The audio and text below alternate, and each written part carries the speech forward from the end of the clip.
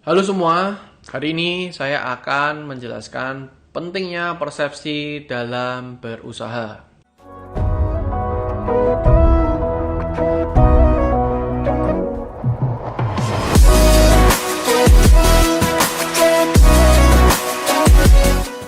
Oke, langsung aja. Jadi, sekitar 5 tahun yang lalu, saya pernah berkunjung ke Pulau Batam. Waktu di sana, saya ketemu oleh seorang distributor rokok yang cukup terkenal. Sebut saja dia punya merek A. Oh ya, by the way, di Batam tuh kota yang sangat menarik. Terlepas di sana juga ada chicken class, tapi di Batam ini kotanya nggak ada PPN. Jadi, di kota itu, kalau kalian menjual barang-barang bercukai, menjadi tidak harus membayar cukainya, hanya di kota Batam. Padahal di Jawa ini kena cukai, kalau di Batam nggak kena cukai. Oke, kembali lagi. Jadi waktu di Batam, saya ketemu dengan si Om, anggapnya Om A. Dia mendistribusikan merek rokok. Dia pernah bercerita kepada saya, ini kompetitornya.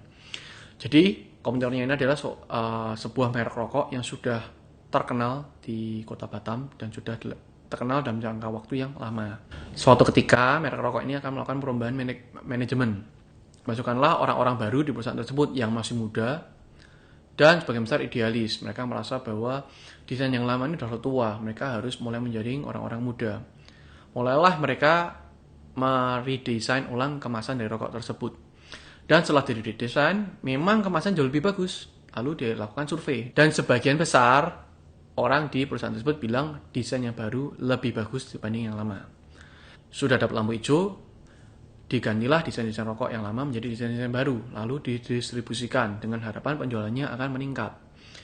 Tapi apa yang terjadi? Ternyata penjualannya malah menurun drastis. Setelah dilakukan research, ternyata orang-orang konsumen lama yang sudah mengonsumsi rokok tersebut bilang bahwa rasanya berubah, nggak seperti dulu. Otomatis orang-orang di manajemen itu bingung dong.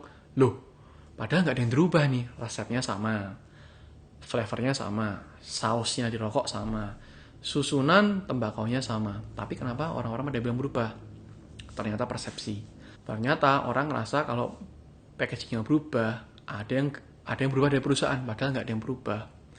Lalu mulailah di manajemen mensiasatinya dengan mereka memasang iklan-iklan di baliho dan di banner, yaitu rokok yang dibagi dua, seperti rokok mau ganti baju, yang kemasan baru dan yang kemasan lama. Dijalankan selama 3 bulan, lalu diprint juga di kemasannya, seolah-olah rokok ini akan berganti baju yang baru, baju yang lama, baju yang baru. Setelah 3 bulan, barulah total semua diganti oleh kemasan yang baru. End up apa? Penjualannya tetap stabil. Sekarang cerita yang kedua. Cerita kedua ini adalah restoran di Yogyakarta. Saya nggak bisa nyebut mereknya, karena kalau saya sebut mereknya, pasti yang orang Jogja tahu semua. Nah, ceritanya adalah, jadi restoran ini sudah lama di Jogja. Merupakan restoran yang terkenal, sudah beberapa tahun buka di Jogja. Lalu mulailah dari generasi keduanya. Generasi keduanya ini mulai ingin meneruskan restoran tersebut.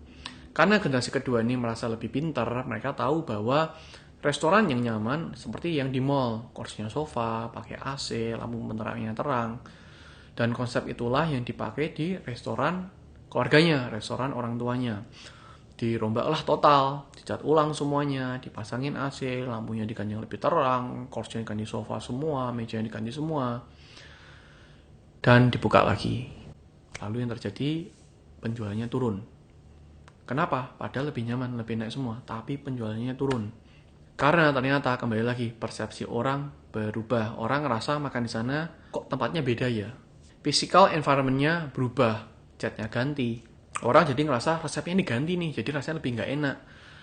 Orang jadi berasumsi bahwa yang masak juga ganti, produknya diganti, atau yang punya juga ganti. Nah, ternyata cerita-cerita, ternyata dinding-dindingnya dulu tuh banyak coret-coretan. Nah, coret-coretannya ini ternyata menyimpan memori-memori untuk orang yang dulu sering makan di sana. Tapi setelah diganti pemiliknya, dicat ulang semua, menyebabkan memori-memori itu berubah menjadi hilang. Dan karena physical environment-nya berubah, orang itu ngerasa jadi kayak tempatnya beda, kayak ada yang beda aja. Dan karena ngerasa beda, orang jadi ngerasa kayak kok rasanya beda ya, kok lebih asin ya, kok nggak gurih kayak biasanya ya, kok kurang pedes ya, kok kemanisan ya. Itu jadi merubah persepsi orang yang makan di sana. Nah, kesimpulannya adalah Indonesia ini adalah market yang sangat mudah dipengaruhi oleh persepsi. apa yang mereka lihat, apa yang dibilang orang itu lebih enak. Padahal nyoba aja belum. Oke guys, sampai di sini aja. Semoga video kali ini bisa memberikan manfaat bagi kalian semua. Thanks buat supportnya video ini. I do really appreciate it. See you next time. Hold me close till I get up. Time is barely on our side.